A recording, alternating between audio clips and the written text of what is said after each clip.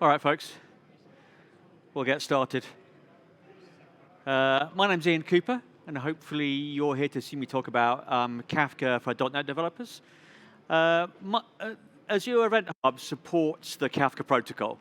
So anything I'm saying here today really also applies to Azure Event Hubs, and the design under the hood when we talk about it of Azure Event Hubs is sort of similar, and you can translate nearly all the concepts that we're talking about.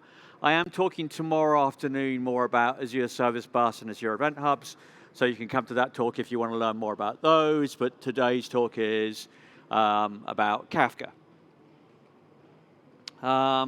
Just as I'm old, the second point's more critical, I think, which is it's often very easy for you to feel like, someone up here has has a difference in level and is not, right? It's just us, and we're all figuring out how to do code. For those of you that don't know, I work on .NET developers in the room, presumably?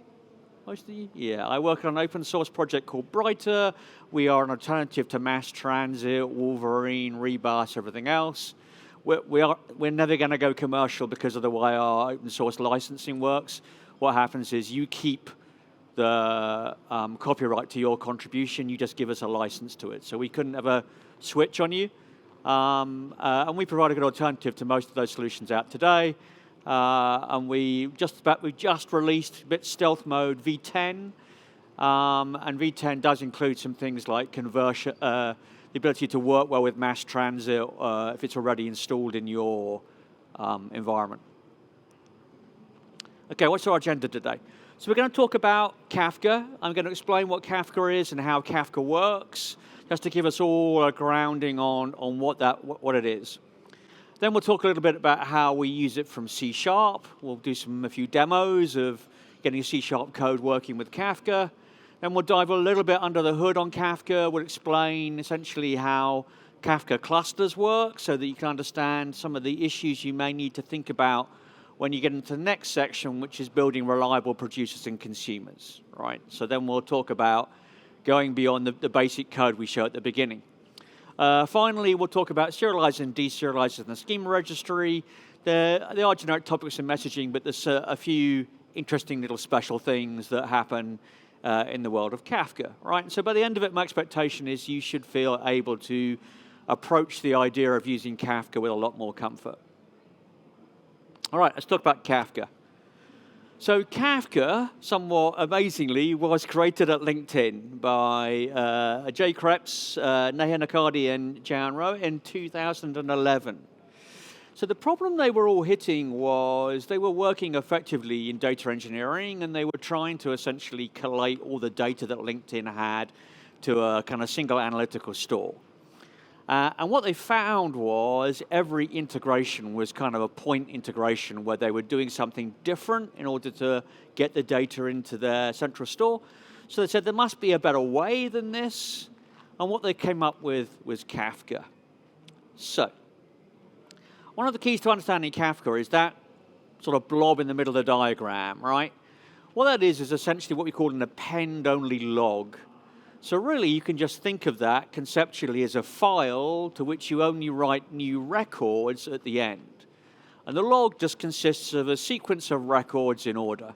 Now, in reality, it's on a cluster, it's striped across disks and whatever, but effectively, you can just think of it as a file where the writer only adds new records at the end, and everyone else basically reads that file to figure out what the data is. Append-only logs are remarkably performant. So that is really where Kafka shines, is it's exceptionally low latency. Now, how does this relate to the fact that you may hear about Kafka being talked about in the context of messaging then? If I'm writing to a file, isn't that file transfer? To a large extent, all messaging systems are essentially just, we fixed all the problems of file transfer, like locking and everything else, and here you go, we're going to call it messaging. But the key idea is it's asynchronous.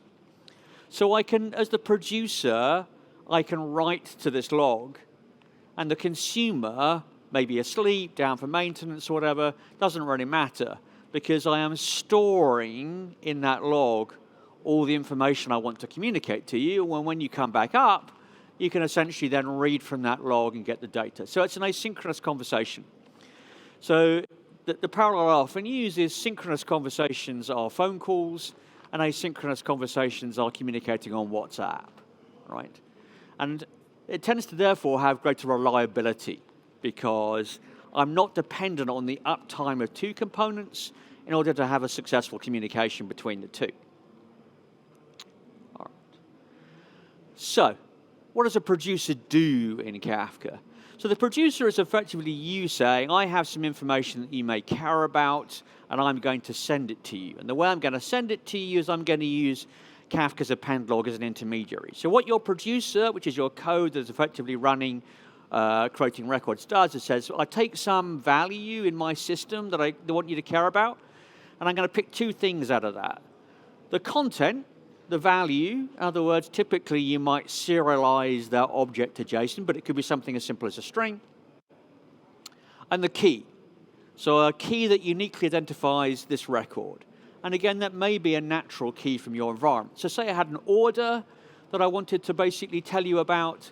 I might essentially write the value being the contents of the order, what all the order items are, shipping address, that kind of thing would be the value. And the key would be my order identifier. So then what I need to do is post that to Kafka. So there's this notion called a topic.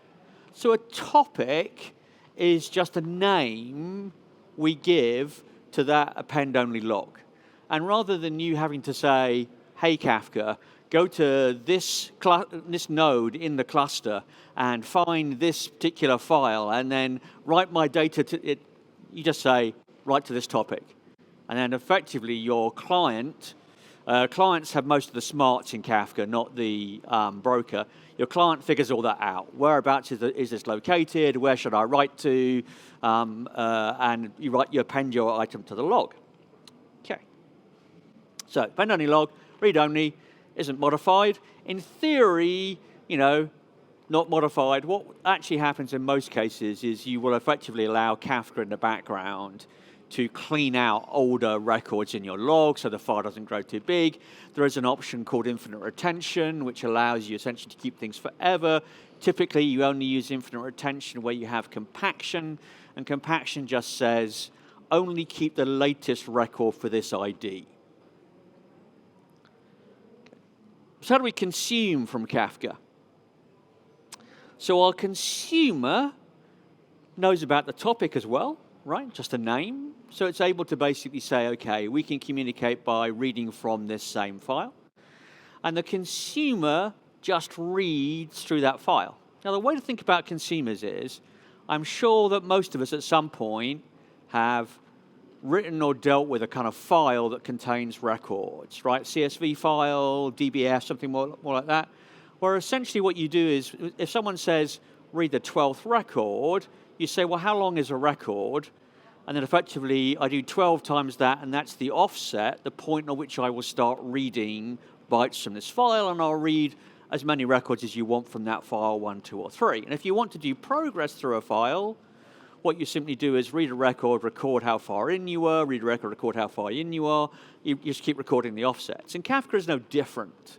My consumer in Kafka says, I'm going to read through this file record by record. It's non-destructive. It's not like a queue, like Azure Service Bus, where I am locking and then effectively deleting that record. I just read through the read log and say this file, this file, this file.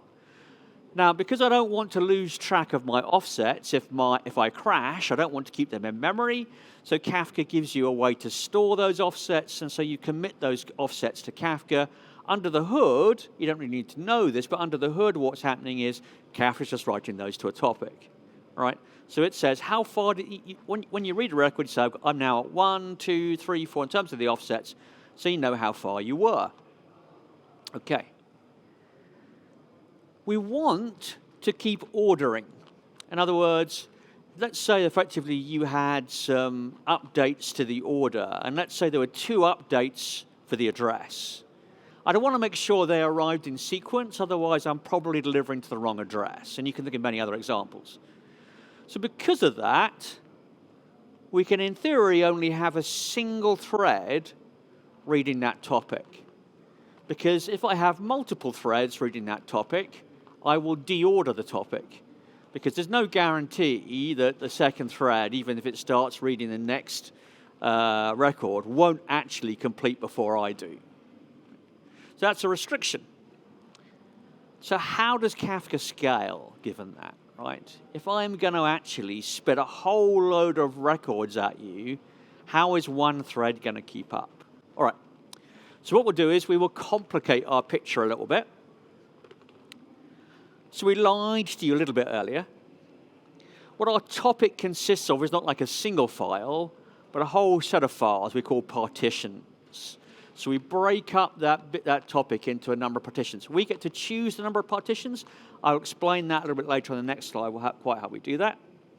And so when I write, what I do is, effectively, I write to a partition on a topic. How do we decide what partition?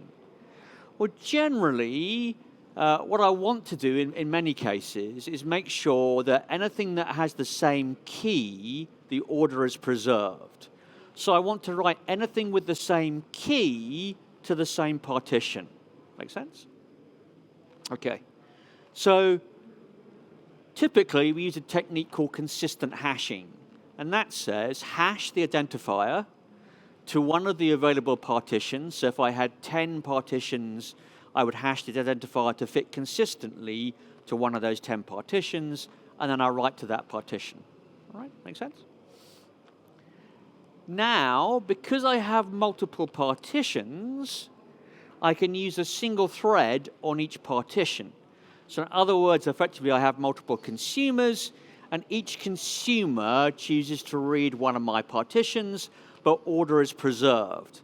So that's how we scale out by increasing the number of threads that we have in order to read the number of partitions. And what we write to the offset topic is actually what is the offset on that partition that has last been read. In other words, if you think about them all as individual files, how far am I reading records in that file in order to get it to work? Now, how many of these things do you need?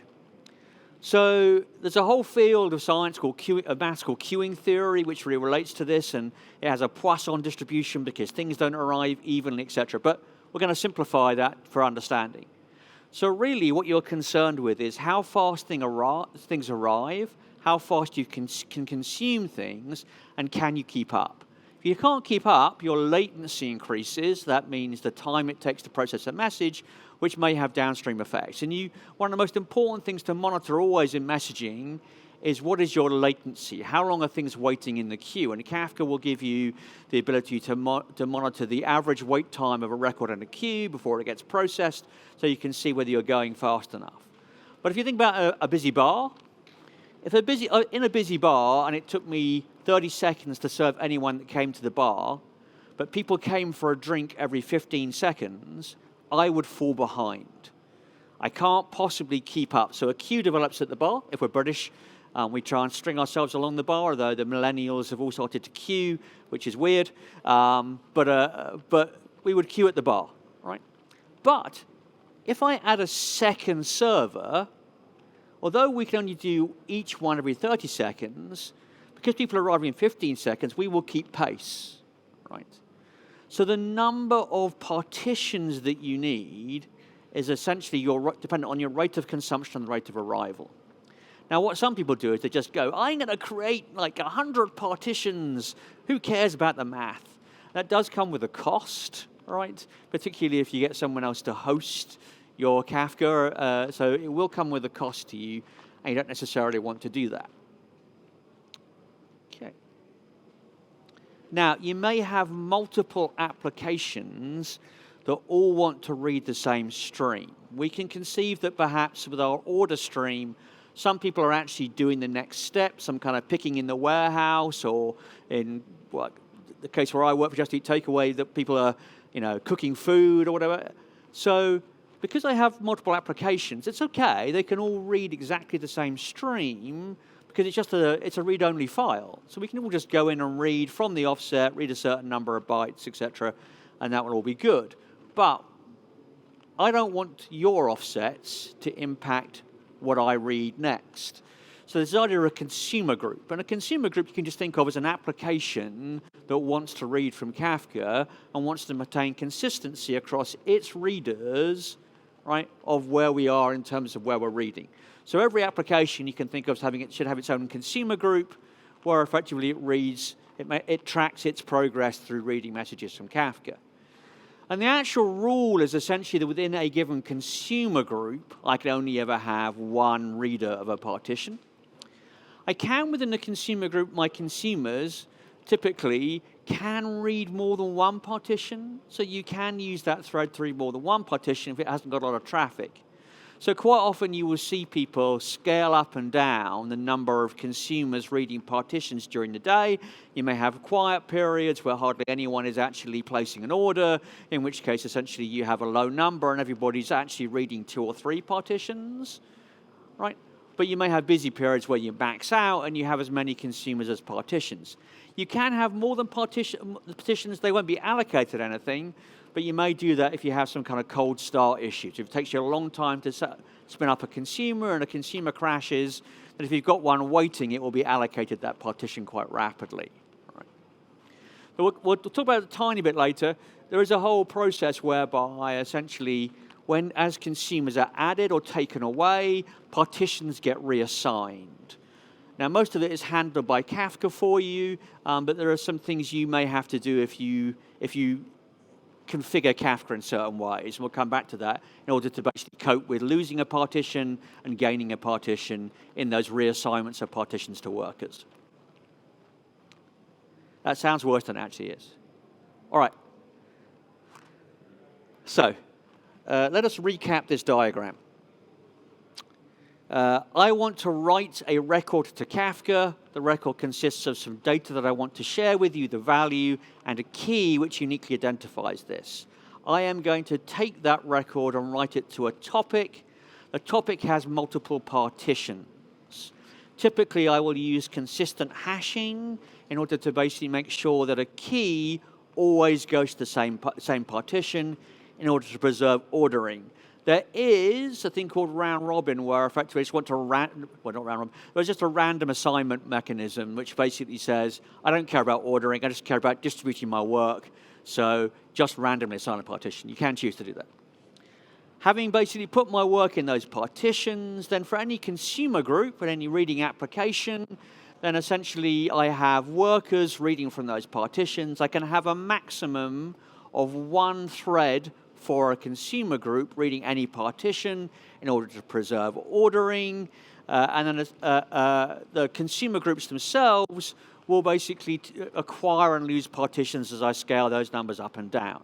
And I record, because I'm just reading records in a file, I record how far I've read so that if I crash, I need to basically come back up, I can resume from the point that I left off, those offsets into a topic.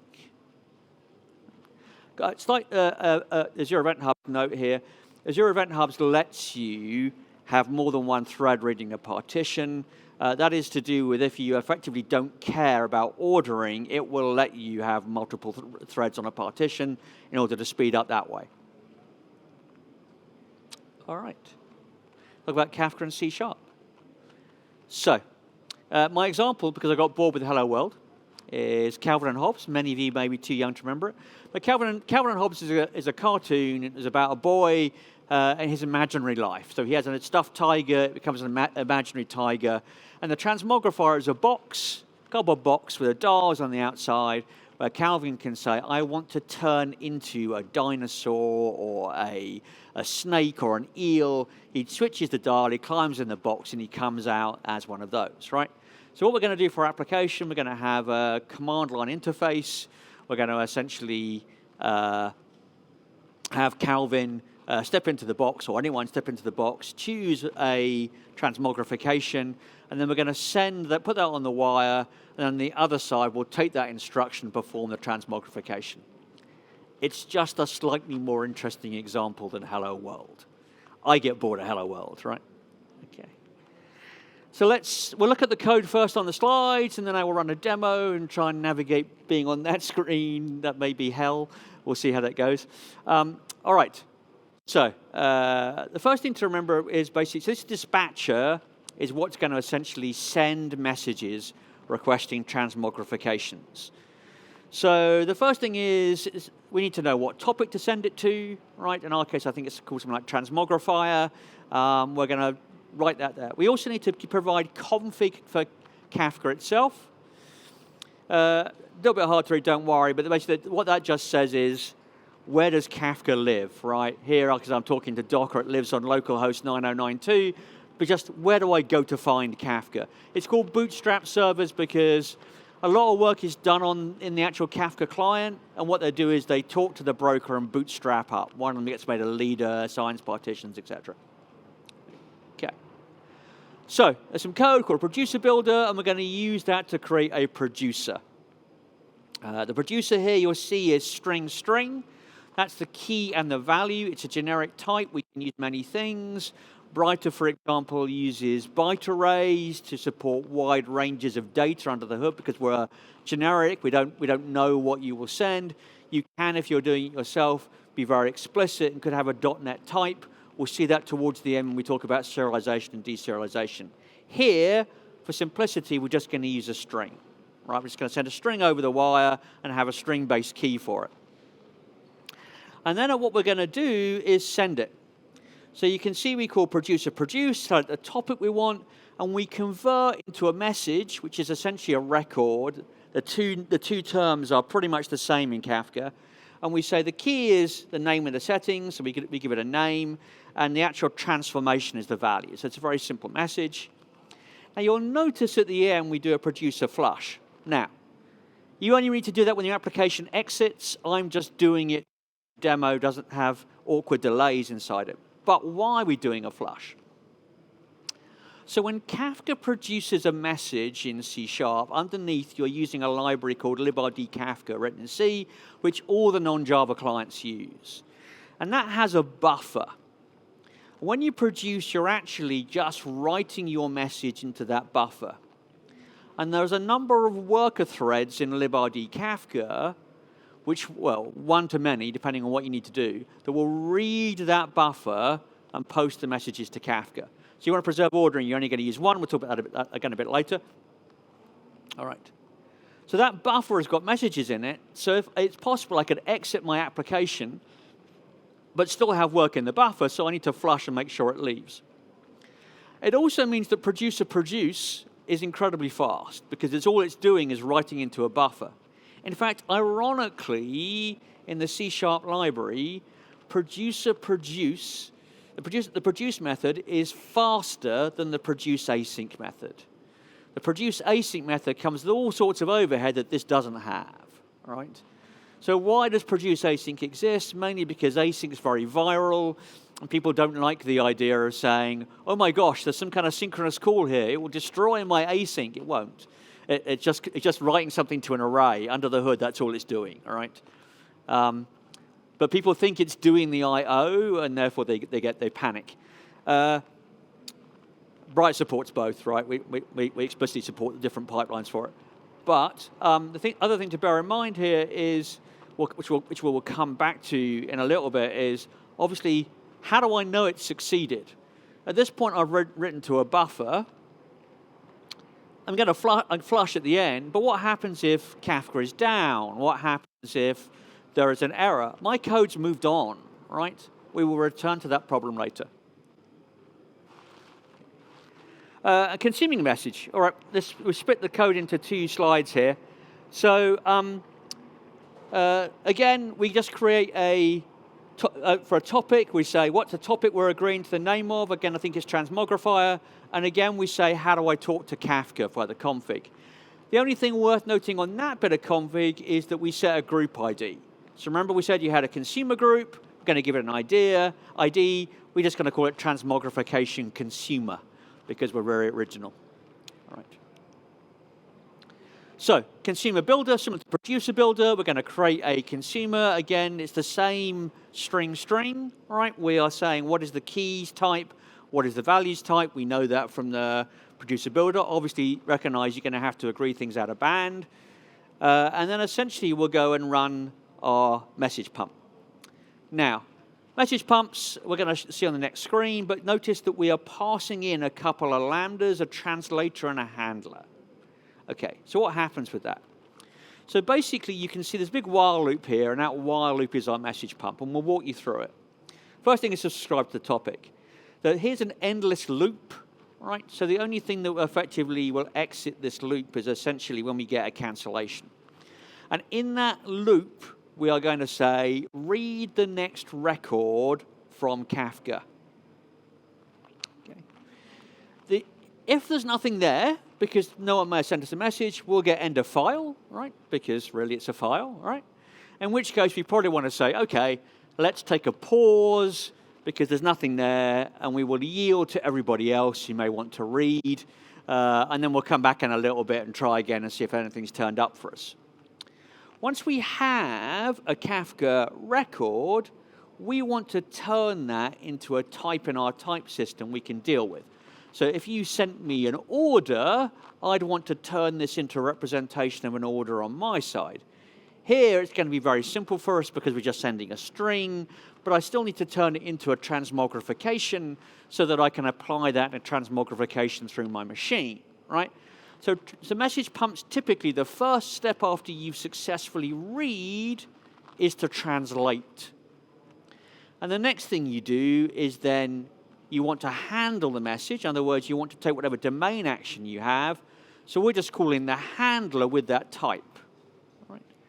So this is what we passed in earlier. We passed in a translator and a handler. Right? And this is very typical. If you look under the hood, something like Brighter is just doing this for you. It's spinning up a message pump and doing that work. If you deal with some of the built-in tools in Azure SerDes, like the processors, there's a command processor thing, an event processor, and Azure Event Hubs, they effectively give you a message pump, and they essentially, you register a handler and translator with them. So typically, it's worth you understanding this, but often you'll be using frameworks or libraries to help you do this work. And then we close and tidy up. That's what the whole file looks like. Don't worry about that. It's probably a bit hard to read. So how do you call that? Okay. So first of all, essentially, we are saying what the topic is. We are configuring where Kafka is. That's what we passed in. The only addition there we didn't show on the previous slide was auto offset reset. What does that mean? Remember, I'm storing those offsets for how far I've read in the file. What happens if I haven't read this topic yet? So what this tells us is, in the event that there's no record of you reading anything, where should we start? Earliest just says start at the beginning. Start at 0, read everything back. But you can have latest, which says just start with the most recent thing that's there, and I'll start reading from that point. Right? About the cancellation token. But here you can see we're running the message pump. So the first thing we're doing is passing in basically our translator, which basically says take the key and the value and create a transmogrification. And next is the handler, which takes that transmogrification and processes it. In our case, we're just spitting out some pretty stuff to the screen using Spectre console, so it looks pretty. We're not actually, there's no real domain logic for us, right? I have something that genuinely does metamorphosis of, human beings into animals. Otherwise, I'd probably be selling that rather than be here talking. But yeah, all right, so translate from the queue, handle message. And that's a very standard pattern that you'll see in messaging. I will talk more about it tomorrow afternoon. Okay, so let's see if I can demo some code without switching the screen for you. The first thing I'm going to try is to see whether I can move this over so you can just have a quick look at the code.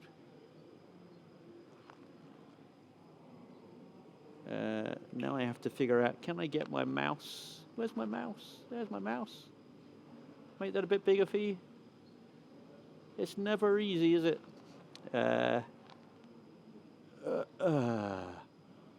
Gosh. This isn't going to be that great. They don't want me to switch screens, so it's a bit awkward, but I'll try and work with it. Okay. So here you can see that dispatcher code that we talked about for producing our messages, right? So effectively, we're just doing a produce, and a flush. Here you can see the consumer. I probably won't show you the code every time because this is going to be painful for all of us. Okay, can I? All right, I'm gonna try and open that one. Yay! Where am I? Message pump. And here is the message pump. This code's all on my GitHub. So what you can do is you can go and see the code on my GitHub under a thing called Kafka.net. Right? Let's just show you it running. That may be a tiny bit simpler because I can just put this up there. Make that bigger.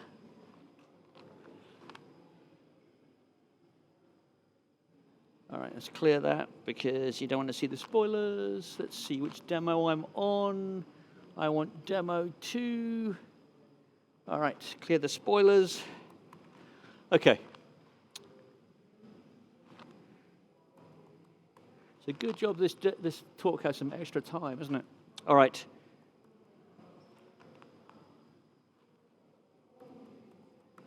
So, what it's going to say to me is, hopefully, what is your name? I need to make that a bit bigger, don't I? Jeez, is that going to be easy on a screen I'm not on? Let's have a look.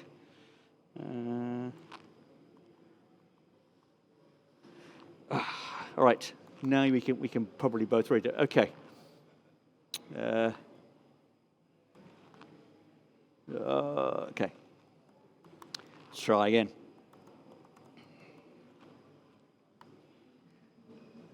Can I actually type backwards and upside down? It's a bit tricky. When you get old, you can't read it on that screen.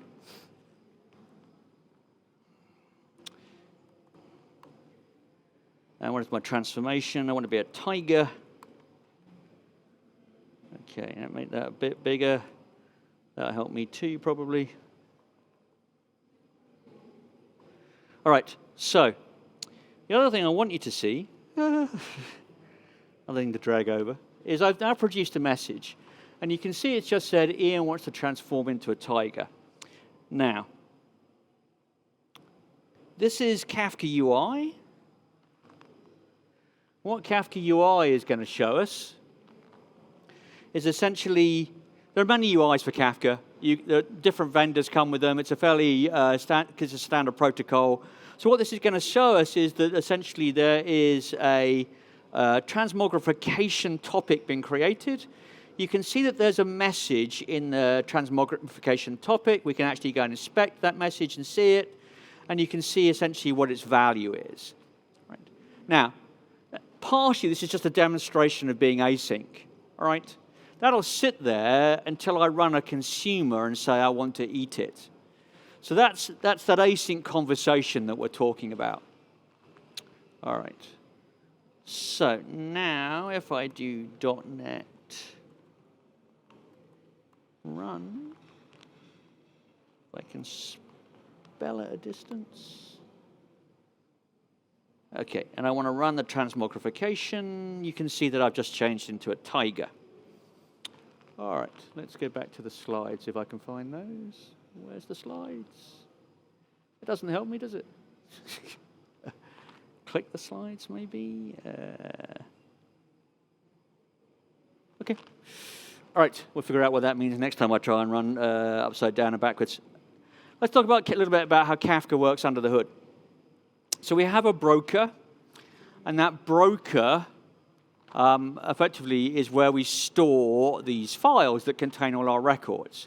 Now, obviously, for the purpose of we don't want things to break, what we're going to do is effectively copy those files to multiple nodes in our cluster. One of them will be declared the leader. That's the one we tend to write to. Others are followers. From about 2.4 onwards, you can read from a follower. The Bootstrap server is essentially the one that you talk to from your client that gives you a load of information about the leaders are your Kafka cluster. So how does Kafka determine who's going to have a leader, who's going to have a follower in terms of the nodes in its cluster? So one of the nodes in your Kafka cluster acts as a controller, and the controller decides on that distribution across your cluster. Who decides who's going to be the controller? So what happens in Kafka in versions prior to about 4 is you have an addition of Zookeeper. So Zookeeper apps is a kind of distributed primitive, and what you need to do, what all the nodes in your cluster do is say, hey, Zookeeper, I want to create what's called a virtual Z node, which basically ephemeral Z node, which means it'll exist and it's at the root as long as I exist, with a little heartbeat going back and forth. One of them will win, and they will become the leader. If it crashes and that ephemeral node then vanishes, somebody else will then win the contest of, hey, now I can create an ephemeral Z node. Great, that must mean I'm the leader. More modern versions of Kafka use Craft, which is Kafka Raft, which allows them to eliminate Zookeeper, just effectively have a peer-to-peer election, essentially, of the leader. And in that model, nodes, not all nodes act as controllers, but nodes can act both as simply, I'm just going to give you data, or I can act as something that would be a controller in my cluster, depending on how many nodes you have in your cluster. Craft is a little bit tricky because when you kind of run those versions, you kind of have to tell Kafka that you shouldn't use Zookeeper. I want you to use Craft instead. So you have to kind of remember to do that when you set up. So I don't tend to demo it because it's a bit awkward. Okay.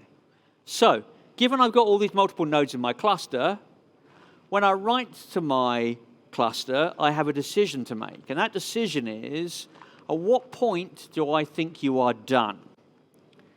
So the first option is to say, fire and forget. I've given you the message as the broker. I'm done. I'm walking away. It's very fast, but I've no actual guarantee that it's going to be persisted to disk. So this is only any good for something where effectively, if you have message loss, it doesn't matter. So if you're Uber and you're giving the positions of a car, doesn't really matter because you could afford to lose some and the car just jumps, right? If I'm willing to pay a little bit more price, then maybe I can make sure I don't get a confirmation until the leader is written, right? So in that case, what's going to happen to me is I'm going to say, well, it's written to the first one and it should propagate on Kafka to all the followers. The only danger is if someone reads a follower before effectively that record is propagated, they may get an inconsistent read. They're not going to read what I think should be there. So the way you get safety is to do ax equal to all, which is the slowest, but effectively says you're only done when you've written to all the nodes in the cluster. Okay, it's a little variation on that, the notion of in-sync replicas. Kafka looks for nodes in the cluster that don't seem to be performing well, that is, their latency is too high by comparison to the leader, and it will declare them to be basically an out-of-sync replica, and it will no longer include it in that ax all in the right. And you have to go and effectively fix your cluster. Now, the thing is, this is not as bad as it seems, that it may take more time, because don't forget, when we're talking about that buffer and the producer.produce model, actually, you're not waiting on that write. So you're effectively, your code is never being blocked. And we'll also see there's a thing called a delivery report in a second, which effectively means you don't really care from the point of view of blocking the producer. What you're concerned about more is just the speed at which you can do throughput. So that gets us into how to make our producers reliable. So you can see there are a number of settings we typically want to set. Ax equals all we just talked about. You can also configure Kafka to retry. So remember we said there's that buffer, and there's a thread reading that buffer that actually writes to the broker. What you're going to tell it is how many times should you try and retry the next record in the buffer, and what is the interval between attempts to retry it. And the maximum number of threads is how many threads are reading that buffer. If you want sequentially, you're going to need 1. If you have more, you're saying I'd value throughput. I don't really care about the order. So if I want to increase the reliability of my message production, then essentially what I'm going to say is the first thing I might do is set up these, which is basically logging and error handling, so I can see stuff going on in libRd Kafka under the hood. Be wary, the libRd Kafka can be very noisy, and you're going to get complaints from your ops team about how noisy the output is, and you're going to have to figure out what to actually show. libRd Kafka raises a lot of internal things that are errors. that are only internal errors. It will resume quite happily. It hasn't crashed. So you need to kind of filter some of those things out. But the config's the important bit right here. So enable delivery report true. That essentially is going to say, I want you to asynchronously give me a confirmation. We'll explain how that works in a second, that effectively this work has been written, right? Ax equals act leader here. So that's essentially just saying write to one. If it acts all, would be writing to everybody. Message send message retries is how many times to retry something. And max in flight is the number of readers we want. Enable item components equals true. It's a setting where you can turn on to say, make sure you don't send the same message twice. Okay. So here, in reliably producing a message, we're going to do something a little bit weird. So what we're going to do is we're going to pass in a handler to produce. So before, we just had topic and message. But here, what we're going to do is give you a Lambda function that says, when you have effectively successfully written the record to Kafka, call back on this function so that I can take action. So what are you going to do? So this is a very simplified version, but it's typically where the idea of the outbox pan starts to come in. Because what I'm going to say is, well, once effectively you have given me that delivery report back, I am going to mark the status in my outbox to show that that record has been sent. And what that means is I can have a separate process running as a kind of sweeper that says, if you find messages that have not been sent over a certain age, send them for me. Now, typically in the real world, outboxes often form part of a transaction with your write to the database. They're persisted effectively alongside your entity tables, such that you can make sure that effectively if you update an entity, there is always a corresponding message for downstreams, and that you will eventually become consistent. Right? We're not showing that here just for simplicity. Okay, so that's what that model looks like.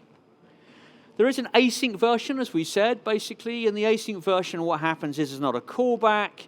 You will essentially be given the delivery report when the async method completes. This is why it's a lot slower. And essentially, you would then update your outbox as appropriate based on the delivery report. All right, I'll run the demo, but I ain't going to show you the code because we're all going to cry if I try that. Okay, escape this. Don't make me drag this stuff on again to that screen again. Where is my mouse? There we go. Yay! Demo number 3. All right, to make it big enough, I can probably read it. And so can you?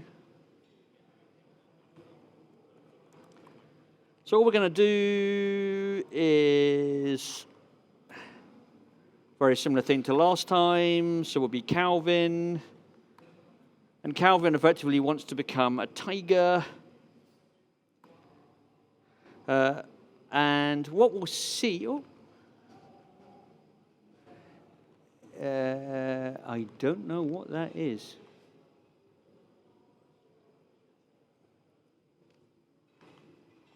I haven't seen that error before in a demo. There you go.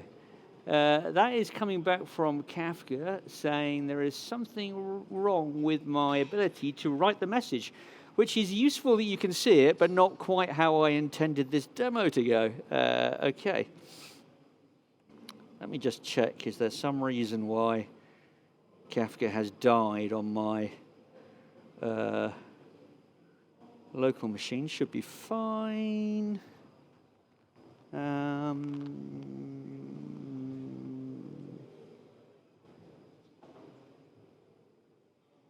All right, I'm going to move on because I don't know quite why that is suddenly failing. It was running earlier, but there you go. All right, let's go back to the slides and figure out quite why that has failed another time. All right. So similarly, I can write a reliable consumer. And the reliable consumer, effectively, what I'm interested in is how I commit offsets. So we mentioned that offsets tell you how far you read from the file. So there's two things you can see here. Enable offset store equals true, and enable auto commit equals true. So, but what that really says is, I want to write locally to a store that you will manage, Kafka client, what my offsets are, and at given intervals, so that auto commit interval is the default, I want you to flush those to Kafka. So here what it's saying is I'm going to write locally to the store and commit. The problem with that is that if we fail when we to handle the message, we've already written the commit as soon as we read for that record. And when ideally, we don't want that to happen. We would like essentially that to live on the stream, and if we fail, for the next consumer to pick, if we crash halfway through handling it, for the next consumer to come along when we restart and pick it up and do the work, right? We want this to be read. We don't really want you to commit the offset before you've actually processed the message. So, that's got a bit weird. So what you switch to normally is to say, what we'd like to do is to say auto offset store false, but commit true. And I will write those values to the offset store myself when I have processed the record successfully. And that means if I crash, if I was doing some writes to database and whatever and I crashed, then effectively somebody else would then handle the message. Right. I can turn both to manual. And what I'm saying is I don't want you to actually deal with the store. What I want to do is just commit directly to Kafka at the point where I have written. Now, typically with this strategy, what you're actually doing is maintaining your own local store and using that effectively to hold the offsets that you intend to then manually write to Kafka. So Brighter, for example, has its own offset store. We effectively will write in batches that tell us how big a batch needs to get before we write it. We have a sweeper process that will remove things that have gone beyond a certain age out your store, etc. So you can have more complexity here.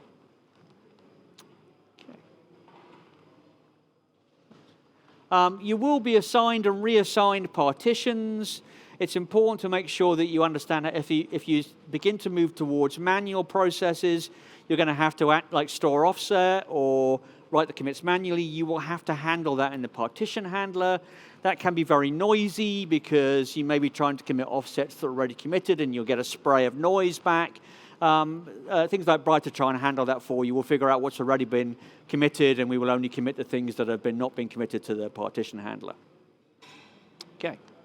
All right, I'm going to go to the do a demo after this one at the end, and let's see if demo 6 works. Because all the demos include the other previous demos. So we should better talk about it under that demo. All right. So, serialization and deserialization. So far what we've showed you is reading and writing to a string. Okay. And reading and writing to a string is not really what you're going to normally do. You're going to want to push something else down. Now, if you're generic like us, you may effectively want to just use a byte array. And the reason for that is because most likely you've got data in one of these 3 formats: Avro, JSON schema, or protobuf. 2 of those, Avro and protobuf, are binary. So you basically want to use a byte array. JSON schema is obviously just text.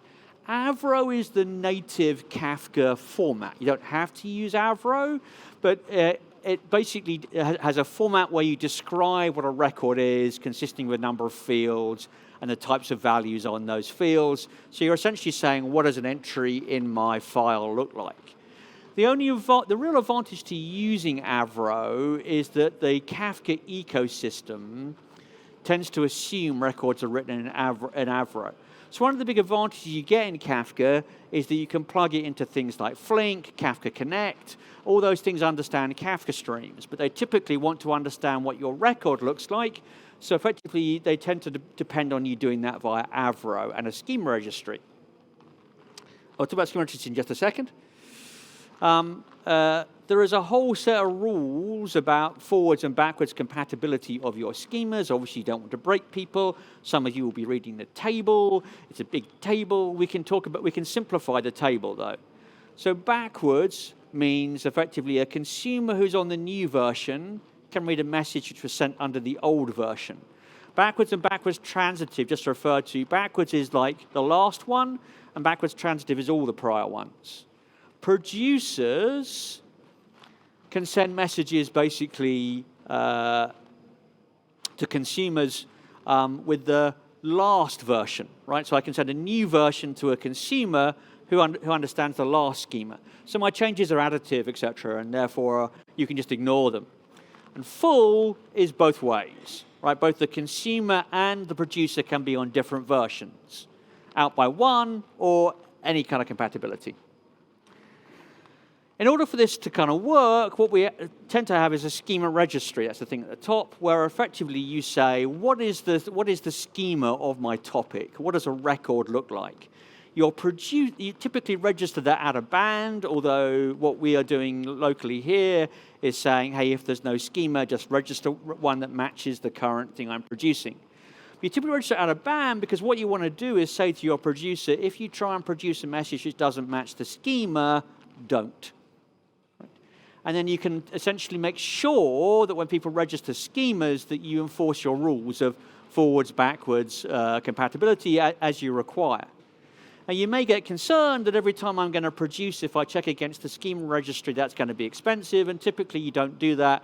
What happens is you use a cached schema registry, which means that your client will locally keep a copy of the schema registry, which you can read from instead. Okay. One of the wrinkles in Kafka serialization is if you want to use the schema registry, you're going to have to tell Kafka about what is the ID of the schema that you are effectively sending. And Kafka didn't have headers back in the day, so Kafka decided in its wisdom that the mechanism it was going to use was have a magic 5 bytes at the beginning of a record. The 0th byte, right, that's the magic byte. It's never changed, just has a value created by Confluent. No one knows what it's for. The next 4 bytes are the schema ID in the registry. So that says this message conforms to that schema. And then basically you have your data. All right. Now, if you pick up the Confluent C# library, you'll get some SerDes tools, some serializers and deserializers, which respect and understand this. The bad news is that they're still stuck on, if you want to do JSON on Newtonsoft JSON, they haven't ever moved to system text JSON. But if you want to use the schema registry with your records, you're going to have to cope with these magic 5 bytes. So here you can see an example of us basically producing with the schema registry. We're going to pass in a config so we can talk to the schema registry. We're going to basically use the Confluent serializer, which is this JSON serializer. Here what we're showing is the record contents is going to match actually my .NET type, right? So I'm going to serialize that, and you'll see it's async over async, which should fill you all with horror, and that's because effectively the Confluent serializer is written basically the wrong way around. So because you would want to efficiency use produce, not produce async, you want to use effectively the producer builder that produces sync, so its set value serializer is sync, but of course the JSON serializer is async, so that's just terrible, but that's the way it goes. We may try and actually give you a workaround on top of this in Brighter so that you don't have to deal with this nonsense. Okay. All right, we'll try and do this demo. Let's see if we can get this demo working. Although Kafka still hates us this morning. I could reboot Kafka, but none of us want to be here that long. demo 6 we'll go to. So if we're lucky, what will happen is that we will see stuff I can talk to from the previous ones if this runs. If it doesn't run, it ain't happening.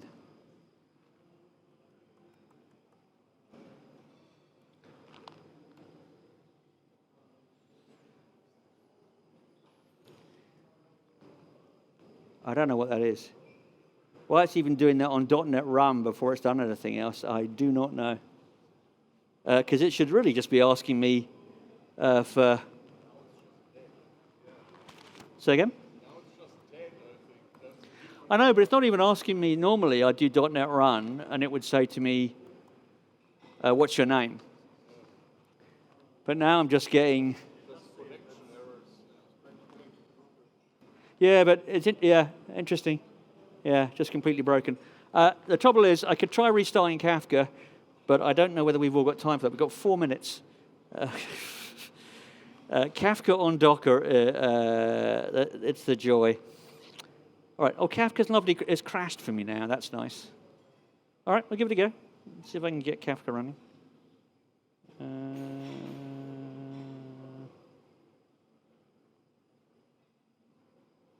All right.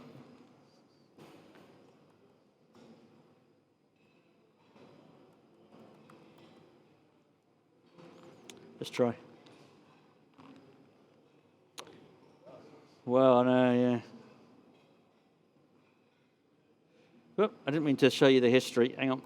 Just trying to increase the...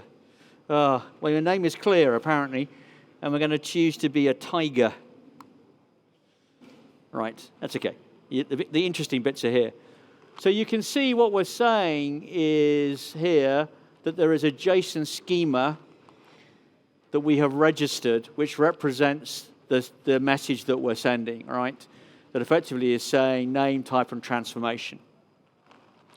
And then when I post that, yep, I'm done. Right, whoops, I'm going to hit enter. Right.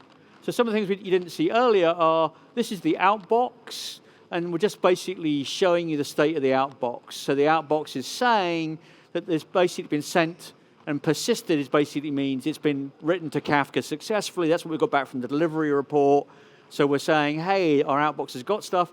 The lost messages you can see on the bottom would show up if we didn't have any if we had messages that hadn't been successfully reached Kafka. So my lesson for tomorrow is I have to figure out the answer to this problem of I'm typing on a different screen.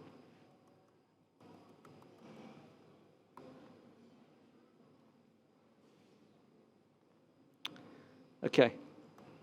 So we'll begin our transformation. What we should see on this side, if we were lucky, is we'd actually get a transformation, but I don't know why this one's no longer happy.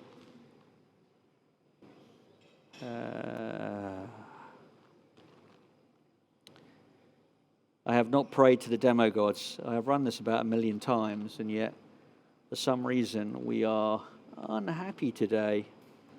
I literally ran this before the talk, and everything was perfect. I don't know why it's not reading that. Okay. Sorry about that. I could probably show you this, though, which is still useful to you, which is to see that inside, basically, my schema registry, if I can navigate over to it, I've registered the schema of this message. Okay. So you can see there. I know why that has broken. That's interesting for you to see. Okay, so the reason that's broken is because I will have messages sent, which I'm trying to read, which are not under this new format. So let me find my topics. So if we go down here, you will probably see I've got 3 messages. If you look at those messages, the problem here is that effectively I've got this old message here. And that old message is what's killing basically this demo, because because that never ran, essentially my consumer is saying, well, that doesn't match what I'm expecting to see, and therefore we are crashing, right? So we're out of time.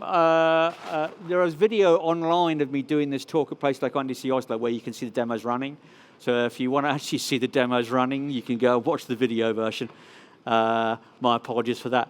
Thanks so much for coming.